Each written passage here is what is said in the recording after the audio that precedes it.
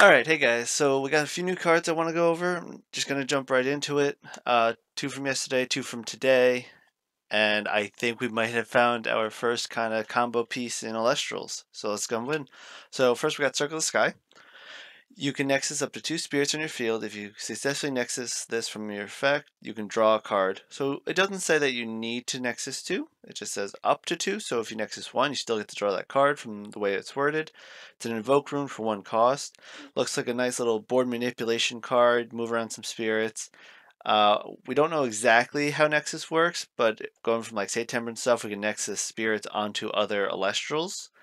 So I think this effect is kind of going to help you maybe either get to a higher enchantment requirement ability or kind of manipulate spirits on the board to activate some other effects. Kind of like what the next card I'll show you, Pandasin, when we get there. I think this card's really strong with Pandasin for a couple of very synergistic reasons. But other than that, Circle Sky is kind of just this little fixer card, it looks like.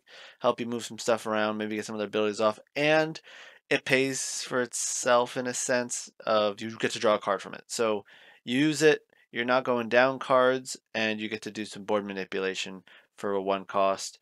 Not terrible. It definitely will probably help you move stuff around, get things bigger. But with Pandasin, right? So now we'll go with Pandasin quick. So 1/4 for one enchant cost. Disenchant an earth from the Pandasin to return an evoke rune from your underworld to your hand. This card's really strong. Like, it's a 1/4, it's not supposed to care about its stats. The big thing is you can disenchant an earth from it and get something back from your graveyard, or underworld, sorry, wrong game. But that's like, okay, your opponent has some troublesome things on board. Oh, I already used my, my destroy invoke rune. Let me go get it back. Or, oh no, I need to, you know, I don't know, let's say tornado something in the back row that's super problematic, like an artifact that's, gonna win them the game or something. Let me go get tornado back from my underworld. Now let me cast tornado and get rid of the problem card. Panasin's a nice just toolbox card. It's almost like running an extra copy of a lot of cards in your deck. You're spending one earth for it, not the end of the world to get a card back. That seems like a really good rate. And it's a 1/4. Like, I guess it kind of defends. Like, if you play it on turn one is like, I hope they don't hit me, it's probably going to still get knocked out. But we don't care about its stats. We just care we're going to just get stuff back and back and back. So now if we look at these two cards together, Circle the Sky and Panasin. Circle the Sky, we Nexus some spirits. We know that we can move spirits around with Nexusing. If we can Nexus spirits onto Panasin, then every turn we can just disenchant to get Circle the Sky back, to move some more spirits around, to draw cards, to manipulate our board. So if we can Nexus spirits to Panasin, it's just every turn we get to draw an extra card, cycle things. Now, is that a great rate? I don't really know. Like, invoke runes are probably going to cost a spirit, so we're probably going to lose the spirit when we cast it. So we might be going down a spirit every single time, but allowing us to cycle through a deck in an end game desperate situation or to really find those answers, we can just play Circle of the Sky, disenchant Pennison, get Circle of the Sky back. Next turn, play Circle of the Sky again. Nexus some spirits onto Pennison, draw a card, get it back to our hand, repeat every turn. Helps you cycle through your deck. So if you're playing a really slow strategy and you get ahead, but you're still trying to find your answer, every turn just draw an extra card, manipulate some spirits, draw an extra card, manipulate some spirits. That seems really good, but it's probably going to be slow. But it's something to kind of look out to. Like, even if it's just, oh, I Pennison back Circle of the Sky because I know I can keep Pennison in play next turn. Circle of the Sky, get another Earth Elemental Pennison, do it again to grab something else and net that extra card. That seems pretty useful if you're digging, for some counter runes because you have a big board and you want to protect it. Dig through some cards. It seems pretty interesting. I think this might be like our first kind of combo that we really see in Elestrals. But I could be completely off the mark if Nexus doesn't quite work how I'm expecting it to. But the way that Centaur and September are written, I think I have it right to an extent. Maybe not the exact mechanics, but yeah, these cards seem really synergistic with each other. Not necessarily powerful, but very synergistic with each other. And then for the last couple cards that we have Arrowmare and Glysdale. So Arrowmare, whenever it's a 4/5 for one enchant, first off. Whenever it's used to ascend to Glysdale, empower this card as an artifact to Glysdale with the effect empower Elestrals cannot be targeted or destroyed by opponent's runes. So at 4/5, those stats are solid. Like if we're looking at, Sproutier or we're looking at Tectorus, this generally will probably be larger than both of them. Tectorus and uh, the Fire Tectorus. I can't remember its name off the top of my head. Um, this is probably going to be bigger than it, like early games, just 4-5 as opposed to a 2-2 with bonus.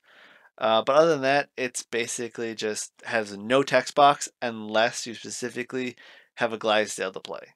So it's just a 4-5. But when we have Glysdale to play, well, now it's an artifact that's going to protect Glysdale from opponent's runes, which is really good. Now, targeted and destroyed, I think, is relevant because, okay, not targeted by something. Okay, so you have a single target removal thing. That makes sense. Not destroyed by runes. So if your opponents have a runes that, like, destroys all, let's say, Elestrals 7 power or lower, it won't get destroyed. So that's a really good protection effect. And mm, Glysdale is a great early tempo play, I think. It's a 7-5, which are okay stats for its enchantment cost from what we've seen with the other cards. You can spend a wind spirit to increase Glysdale attack by 5 until the end phase. So until end of turn, you can make this a 12-5. That's pretty high power for its cost. That can knock out a lot of the 3 enchantment cost Elestrals, and probably a turn sooner, being that it's a 2 cost. And it comes with protection. So this is kind of like build your own boss monster, with the drawback being, okay, you get it out a turn earlier, but on your opponent's turn, it's going to be weaker. And you might not have that wind spirits to spend for it. But if this is early game, it's like a build your own boss monster. It's interesting. It's going to be a beater. I think Wind really has like a lot of cards seem to have like a tempo strategy where it's like Wind is like, okay, I'm going to go Nimbug to get the early Seerkun to get the early Stratamoth. This is, I'm going to play Aram there to get the early Glysdale to have a pseudo boss monster early. So Winds really seems to like to have that early tempo where it's like, I'm going to get these, bigger cards out as soon as possible, but they're not going to be super protected. So like Stratamoth, it can get rid of a rune, but it's not going to win a lot of like, invoke, destroy kind of battles. It's just going to get popped.